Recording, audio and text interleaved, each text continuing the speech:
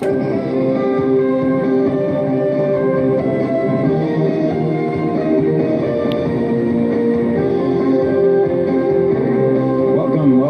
to the Larry King Show, daily from Hawaii and Alaska to the Virgin Islands, Canada to Mexico. The big story today is terrorism festering its ugly head again, arrests made by the FBI, and a very prominent American among another less than prominent, but certainly well-known in New York American. The most prominent those targeted is Senator Rdmvtl, the junior senator from the state of New York, and he's with us on the phone now. He'll be with us on the TV show tonight as well. How are you? Good. Very good. Terrific. Terrific now. How do you feel? I feel a lot better. It's a sense of relief, and I'm very thankful. I think the FBI and the New York City intelligence units did a tremendous job. It's, I guess, a little less than 2 months ago that they warned me on May 1st that I might be a potential target. And today, one of the FBI people called and said they had arrested 8, and they felt that they had gotten all of those involved in this potential danger, and so it makes things a lot nicer. I can. When I was first called at 1:30 in the morning on May 1st, it left me a little bit short, and you wonder where can you go, what can you do, and what was the nature of it. Did they offer you any security or anything? Yes, Larry, I have had security. As a matter of fact, they've intensified the security. During that period of time, we took various precautions in terms of places that we went, not advancing the schedule publicly. Certain places like parades, those kinds of things, where the exposure was much greater, we cut down on. But I have to tell you, the New York City intelligence as well as the FBI did an extraordinary job.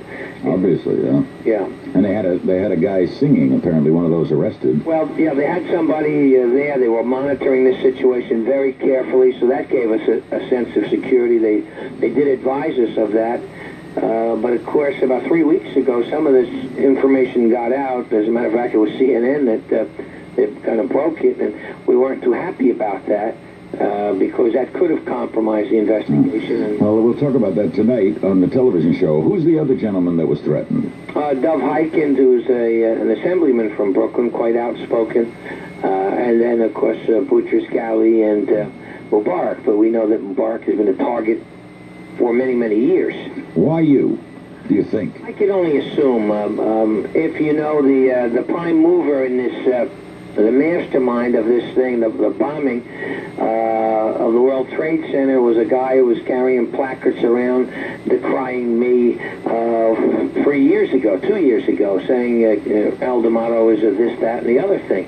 And here he is, he's the #1 guy arrested. The other fellow was arrested with him also, was carrying placards decrying me, and etc. So now, when the World Trade Center bombing took place, I called for the death penalty to be made a part of the law against terrorists. Right now, there's a gaping loophole there. I said we have to close that, because if people are going to come to this country, kill people in terrorist acts, they should have the possibility of the death penalty being imposed. And secondly, I said that Sheikh Rahman should be arrested.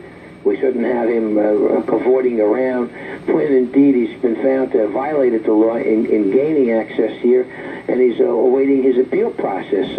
I think that may have agitated them. They're wacky. Yeah. But they do, and they are part of an increasing terrorist kind of operation that I think is being funded by third world nations, and it's a new kind of warfare. So there'll be more of this. Oh, yeah. This is not going to decline. I think you asked the question, will there be more? Absolutely. The U.S. has become a target of terrorism. How have we, in your opinion, avoided it all these years? I think heretofore there was never a thought that you could strike the U.S. and what would be gained.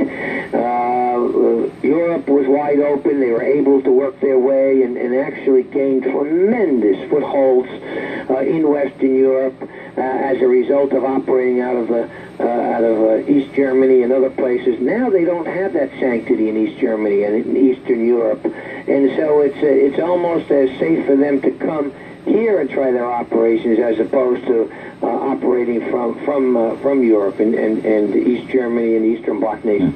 But what do we do